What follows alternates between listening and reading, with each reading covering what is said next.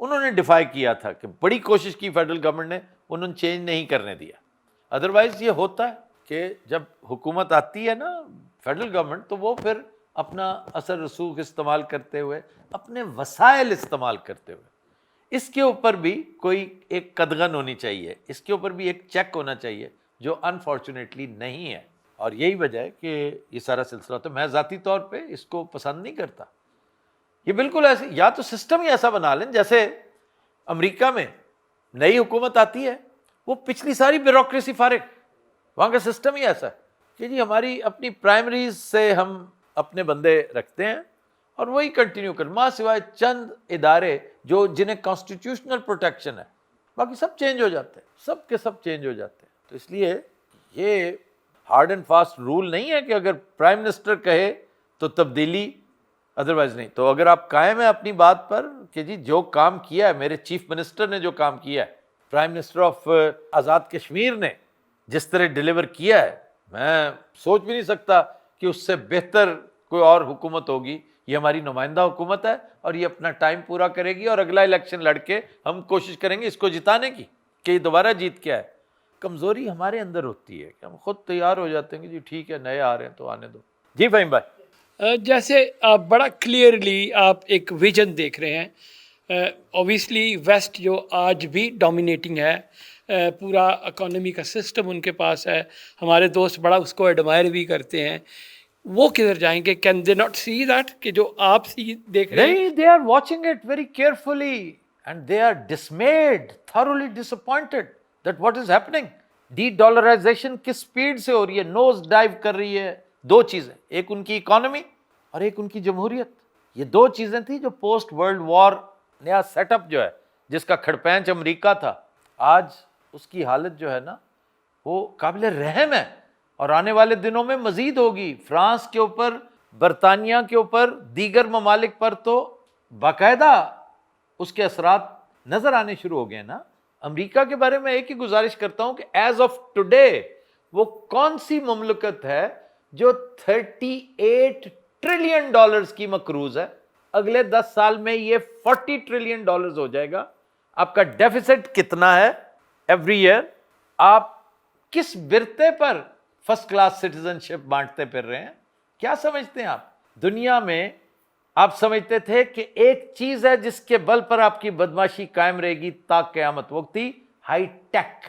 آپ کو ایسا پڑا ہے کوئی ایک کہ جس کے بارے میں آپ نے سوچا ہی نہیں تھا, اس کو آپ نے تمسخر کا نشان بنا رکھا تھا. تو چائنا دا مال ہے یار, چھوڑ, اس چائنا دے مال نے آپ کو حیران کر کے رکھ دیا. تو اب جان کے لالے پڑے ہوئے ہیں. China and Russia put together, ہر طرح سے وہ سائنس اینڈ ٹیکنالوجی میں, ہائی ٹیک میں, سیمی کنڈکٹرز میں, پروسیسرز میں, وہ تو آپ کو حیران پریشان کیے ہوئے.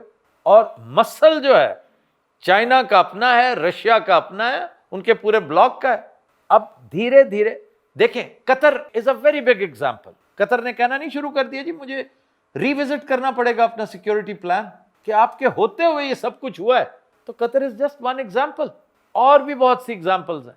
جس ملک میں آپ بیٹھے ہیں, کیا یہاں تواتر سے یہ بات نہیں ہو رہی کہ we should start talking to China also? پھر سوسائٹی دیکھیے کس طرح جوتم پیزار ہے آپس میں, اکانومی کو ایک سائڈ پہ کر دیں. وہ جو آپ کی وننس ہے, one American nation, the greatest nation of the world, وہ کن حالوں میں ہے. پریزیڈنٹ کو کس طرح چند دن پہلے ریسیو کیا گیا, آپ نے وہ دیکھا ہوگا کلپ. خیر دیگر چیزیں, امریکہ ایچ اینڈ ایوری تھنگ. پہلی دفعہ فلسطین کے معاملے نے امریکہ کو اتنا ایمبیرس کیا اس حد تک, اور اسی طرح پھر دیکھ لیں اس کے اپنے معاملات جو ہیں. یہ چند جو ایک خطرناک کھیل کھیلا جا رہا ہے پولرائزیشن والا, کبھی آج تک آپ نے سنا تھا ایکسٹریم رائٹ, ایکسٹریم لیفٹ, اور آپس میں قسم کھا لی ہے کہ وہ جس طرح ہم سپیڈ سے کافر قرار دیتے ہیں نا, یہ جو پولز ہیں امریکہ میں تو دیکھتا رہتا ہوں انہیں. یہ تو اگر کوئی ڈھنگ کا آدمی ہوتا, کوئی اچھی لیڈرشپ ہوتی, یہ تھا بنیادی. جیسے میں گزارش کر رہا ہوں پچھلے 20 سال سے کہ ہمارا ملک بینکرپٹ ہے ضرور, لیکن فائنینشیل نہیں, مورل ہے. مورل بینکرپسی کا علاج کر لو, باقی کام تو مسئلہ ہی کوئی نہیں ہے. کیونکہ کاز اور افیکٹ کے ایشوز ہیں. ہم افیکٹ کے پیچھے بھاگ رہے ہیں, کاز کو پکڑ ہی نہیں رہے. تو امریکہ کے اندر بھی جو مسائل ہیں وہ یہ ہیں. آنے والے دنوں میں آپ حیران رہ جائیں گے کہ اگلا پریزیڈنٹ کون ہے, آپ یقین ہی نہیں کریں گے. اس لیے یہ جو 3 بلاکس ہوں گے, ان میں کمزور ترین بلاک ویسٹرن بلاک ہوگا, سب سے کمزور. فی الوقت سب سے تگڑا ایشین بلاک ہوگا, نمبر 2 مسلم بلاک ہوگا, اور وقت آئے گا کہ مسلم بلاک ایشین بلاک سے آگے نکل جائے گا. جب ان کی ٹیکنالوجی اپنی ہوگی, جب ان کا مائکرو نینو ٹیکنالوجی جو ہے وہ ان کی اپنی ہوگی. اب نیا سلسلہ یہ شروع ہو جائے گی, نئی بحث, کہ یہ کیسے ہوگی بھائی. ایک لیبارٹری ڈھنگ کی تمہارے پاس ہے نہیں, ایک لائبریری تمہارے پاس ڈھنگ کی ہے نہیں, ایک یونیورسٹی تمہارے پاس ہے نہیں, R&D کا تمہیں پتہ نہیں ہے, HR کا تمہیں پتہ نہیں ہے کس چڑیا کا نام ہے. تو who will do this؟